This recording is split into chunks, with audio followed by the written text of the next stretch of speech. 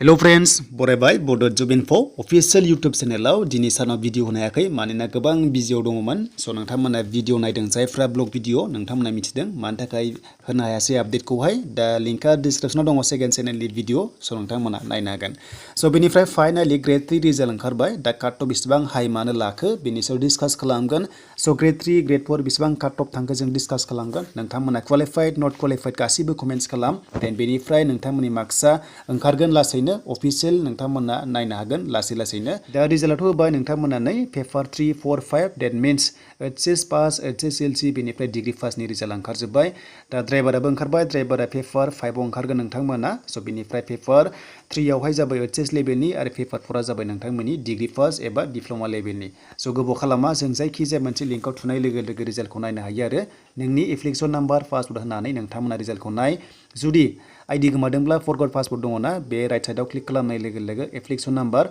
mobile नाम्बारखौ होनानै retrieve खालाम अब्ला नोंनाव मेसेज थाङो स' बेनिफ्राय काट अफ बेसेबां थांखो जों दानो नायनोसै फैदो दा लोगोफोर काट अफआ बे जाबाय नोंथांमोननि माखासे details grade 3 paper 3 paper 4 and 5 दा लोगोफोर एसटिपि आव नायोब्ला 112.50 थांदों एचएस लेभेलाव दे अनलि बे एचएस लेभेलाव स' बेनिफ्राय एचएस लेभेल साइन्स थानायाव स' नोंथांमोना मोनदों बेनो जाबाय नोंथांमोना नै 102 बेयाव थांनायखौ नुनो मोनदों जोबोर बुरजा थांदों 150 नि एग्जामावहाय 100 प्लास थांनाय इजि नङा मानोना बेयाव नेगेटिभ मार्किं गैया प्लास बेनि सिलेक्सन प्रसेसा 1:2 मोनसे पस्टआव सानैखौल' लिंहरदों आरो सासेनो साख्रि होगोन स' लोगोफोर नोंथांमोना स्किल टेस्टआव थांबाय थ' स्किल टेस्टआव मोजां नोंथांमोनखौहाय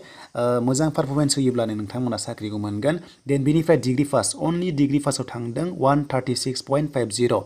दा जोबोर बुरजा थांदों बेनो जाबाय 175 नि एग्जामाव 136.50 थांदों देन बेनिफ्राय डिग्री आरो लोगोसे कम्पिउटार गोनाङाव थांदों 105 आं बुंदोंमोन डिप्ल'मा लाइनाव एसे खम थांगोन होननानै दा फाइनेल थांमारदों बेयाव मोजां काटअफआव थांदों एसेबां हाइ थाङाखै नाथाय जेनेरेलाव बांसिन थांदों 136 देन बेनिफ्राय बेचेलर डिग्री लाइब्रेरी साइन्सआव थांदों 92.75 देन बेनिफ्राय बेचेलर डिग्री शर्ट हेन्डआव थांदों माने स्टेन'ग्राफियाव थांदों स' नोंथांमोना बेयाव नुनो मोनदों 108.50 आरो ड्राइभाराव थांदों 93 स' लोगोफोर ड्राइभार पस्टआवबो काटअफआ थांसाबदों जों बुंखादोंमोन 90 प्लास थांनायनि चान्स दं होननानै ग्रेड 3 आव दा फाइनालि थांनायखौ नुनो मोनदों नोंथांमोनाहाय देन बेनिफ्राय जेनेरेलाव थांदों एसटि हिसाबै दा बाथ्राया जाबाय एसटि आव माने एसेबां काटअफ थांखो एसटिपि आव दा बेखौनो गोबां कमेन्ट्स खालामदों नट क्वालिफाइडफोरा आरो खायसेया क्वालिफाइड जादों नाथाय आं बांसिनखौ नट क्वालिफाइड मोनदों दे बिदिब्ला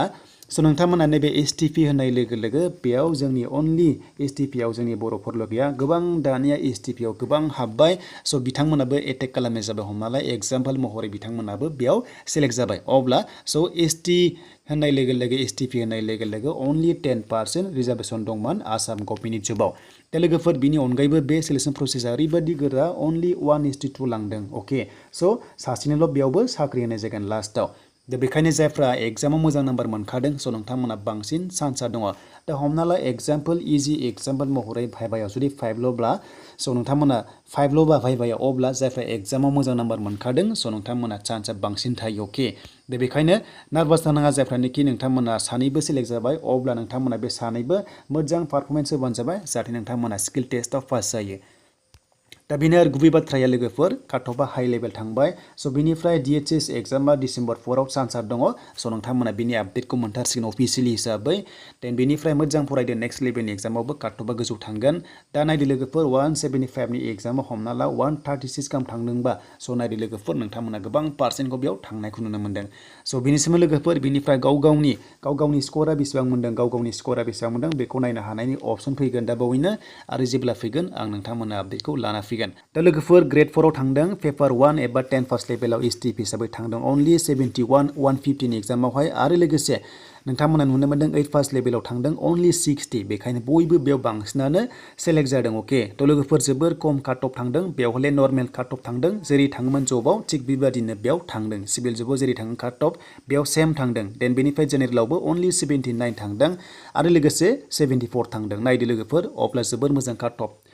अब्ला जोबोर मोजां काट अफ थांदों बेनो जाबाय ग्रेड 4 आव आरो नोंथांमोनाहाय बेयाव 8 पासनि सार्टिफिकेट नोंथांमोना श' खालामनांगोन नङाब्ला 10 पासनिखौ खालामनांगोन बे सोनारगोन पेपार 1 आवबा नोंथांमोना 10 पास बेनिफ्राय पेपार 2 आवबा नोंथांमोनाहाय बेयाव 8 पासनि श' खालामनांगोन आरो जेब्लानोखि बिनाय दङमोन बे सोनारगोन नोङो एप्लाइ खालामनायाव बेसेबां नाम्बार मार्क्स होदोंमोन माब्ला पास जादों होदोंमोन स' बेखौ नोंथांमोना डिटेल्सखौ श' खालामनो हागोन आरो गासैबो डकुमेन्टस भेरिफिकेसन जाखांनायनि उनाव नोंथांमोनखौहाय स्किल टेस्ट एबा भाइभा टेस्टखौ लानायखौ नुनो मोनगोन दा लोगोफोर बेनोसोमोन दिनैनि बिग आपडेट दा स्किल टेस्टआ नोंथांमोना डिसेम्बराव बा नभेम्बर लास्ट उइकआव जानायनि चान्सआ दङ